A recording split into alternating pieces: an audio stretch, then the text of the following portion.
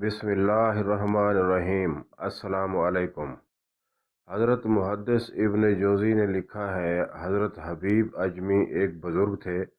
उनके पास एक शख्स आता था, बड़ा मालदार शख्स था। एक ही बेटी थी, वो भी टांगों से माजूर थी।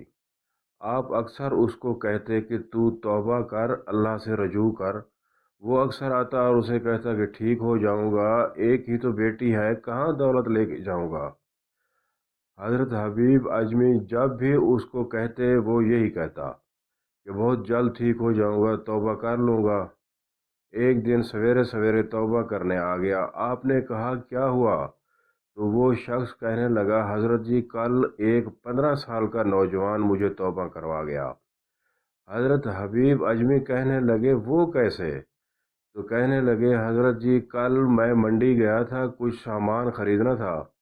तो बाज़ार से मैंने 10 किलो मछली ख़रीद ली, बाकी भी सामान ख़रीदा था। खुद लेकर जा नहीं सकता था। सड़क पर मज़दूर बैठे थे, उनमें 14-15 साल का एक नौजवान था, चेहरे पर बड़ी रोशनी थी। मैंने कहा, बेटे मज़दूरी करोगे? कहने लगा, हुजूर मज़दूरी भी करता हूँ, पढ़ाई भी करता हूँ, और जो अल्लाह को मंजूर हो तो उसकी इबादत भी करता हूँ। मैंने उससे कहा, ये सामान है, फलां जगह पहुँचाना है, क्या लोगे? कहने लगा, 3 दिनार लूँगा। सौदा तय हो गया। उसने सामान उठा लिया। कहीं रास्ते में ज़ोहर का वक्त हो गया। कहने लगा, चचा अगर इजाज़त हो तो नमाज पढ़ लूँ। सामान फट्टे पर रखकर वो नमाज पढ़ने चला गया। अब बाकी लोग देर से आए, वो बच्चा जल्दी आ गया। मैंने कहा, बेटे आप जल्दी आ गए। कहने लगा, नफल छोड़ दिए हैं, कहीं आप ये ना समझ लें कि मैं काम चोर हूँ, मैं बाद में पढ़ लूँगा। दोपहर का वक्त था, रमज़ान भी नहीं था। मैं उस नौजवान को घर ले गया और मैंने अपनी बीवी से कहा, बड़ा नेक है, नमाजी है। और रास्ते में ये भी हुआ है कि मैंने उसे कहा कि सामान थोड़ी देर के लिए मुझे दे दो, बड़ी गर्मी है, पसीना आ रहा है, मैं उठा लेता हूँ। कहने लगा, नहीं चचा, हलाल रिज़्क कमाता हूँ, अगर सामान आप उठाएंगे तो मैं 3 दिनार पूरे नहीं लूँगा, फिर पैसे कम करूँगा। मैंने तय किया है तो उठाऊंगा। मैंने अपनी बीवी को बताया तो वो बड़ी मुतासर हुई, कहने लगी, खाना पक गया है, इसे कहो रोटी खा ले। मैं बाहर निकला, उसको 3 दिनार दिए और कहा कि बेटे मेरी एक बात मानोगे? कहने लगा, बताइए। मैंने कहा, खाना पक गया है, रोटी खा ले। कहने लगा, मैं माफ़ी चाहता हूँ, मैंने रोज़ा रखा हुआ है। मैंने कहा, अब क्या करोगे, कहीं और जाओगे? कहा, नहीं, मैं जिस दिन 3 दिनार कमा लेता हूँ फिर मज़ीद लालच नहीं करता, फिर कुरान पढ़ता हूँ या नबी सल्लल्लाहु अलैहि वसल्लम पर दुरूद शरीफ पढ़ता रहता हूँ। मैंने कहा, अफ्तार मेरे साथ कर लो। मैं उसे मस्जिद छोड़ आया। अफ्तार के बाद उसे लाया, खाना खिलाया, इशा पढ़ी। उसका घर दूर था। मैंने बैठक का दरवाज़ा खोल दिया, वो वहीं सो गया।